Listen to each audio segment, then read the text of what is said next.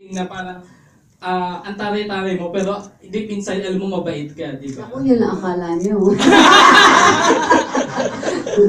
Huwag kang ganyan. Ang Kenya yan. Sabi ko nga nung press con, parang ang feeling kasi nila napaka-sobrang bait ko. Sabi nga ni Derek napaka-masunurin ko daw. Kasi si Vivian dito, hindi raw ako dahil, yan, yung question mo rin, FPJ na, impact tita, it's so hard. Of course not. Sanay din ako sa mga ganyan. Pag nasa opisina lang, may mga ganyan ako eksena, di ba? Ang point ko lang, si Vivian dito, titignan mo impact tita, pero may puso. Si Vilma naman, iniisip nyo lahat, so gracious, malambing, kala mo mabait, pero totoo naman. Masarap naman akong kaibigan. Kaya lang, meron din akong character na wag akong masyadong itutulak. Don't push me too hard kasi lalaban din ako at the end. Especially pag alam kong tama ako. I won't take it sitting down. Yung Scorpio, yung ganon. So, hindi yung akala mo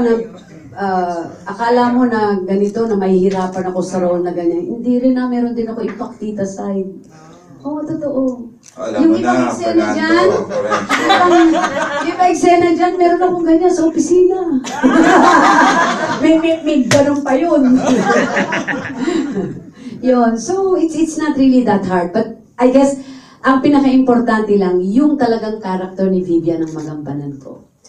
Yeah. Paloob din ko, since you will be a CEO for this movie, meron ka bang parang personal touches sa parang gusto ko medyo ganito para umangat yung pagka-CEO aura mo dito sa movie? Yeah, guided ako. Even with the clothes that you need to wear, yung mga ganon, and then choices of words na dapat mong gamitin. May nakukuhanan ka rin. Yun nga, binibigyan din ako ng peg kung sino ito, sa ngayon dito ka. Halimbawa ngayon, ikaw si Ma'am Charo. Merong bukas, ikaw si Malu.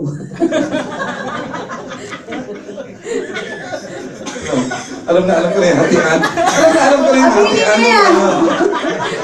Yung terror, alam na yung alam na.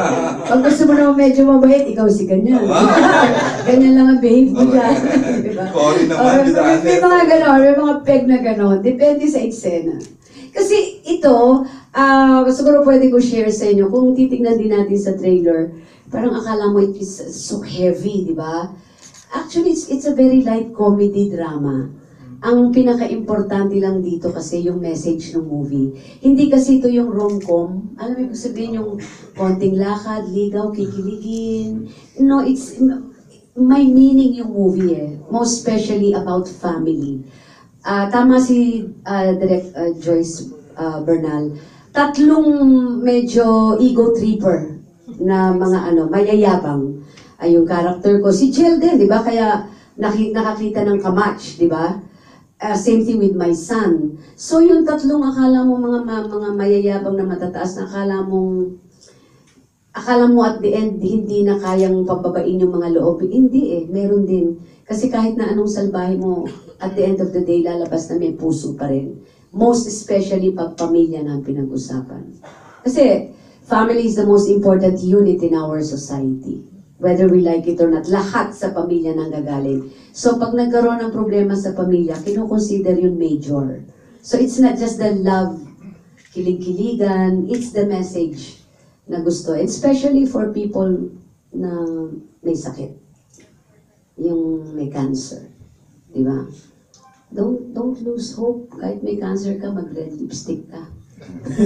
Ano naman ang the message about the family ng pelikula? Last question ko na lang po. Yes, FPJ. Ito si FPJ, di ba?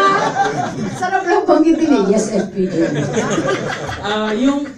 Kasi bilang kontrabida, quote-unquote kontrabida for the movie. So, are you ready na para maka-encounter ka ng reaction na manggigigil sila sa'yo in the future once na mapanood nila yung movie na ito?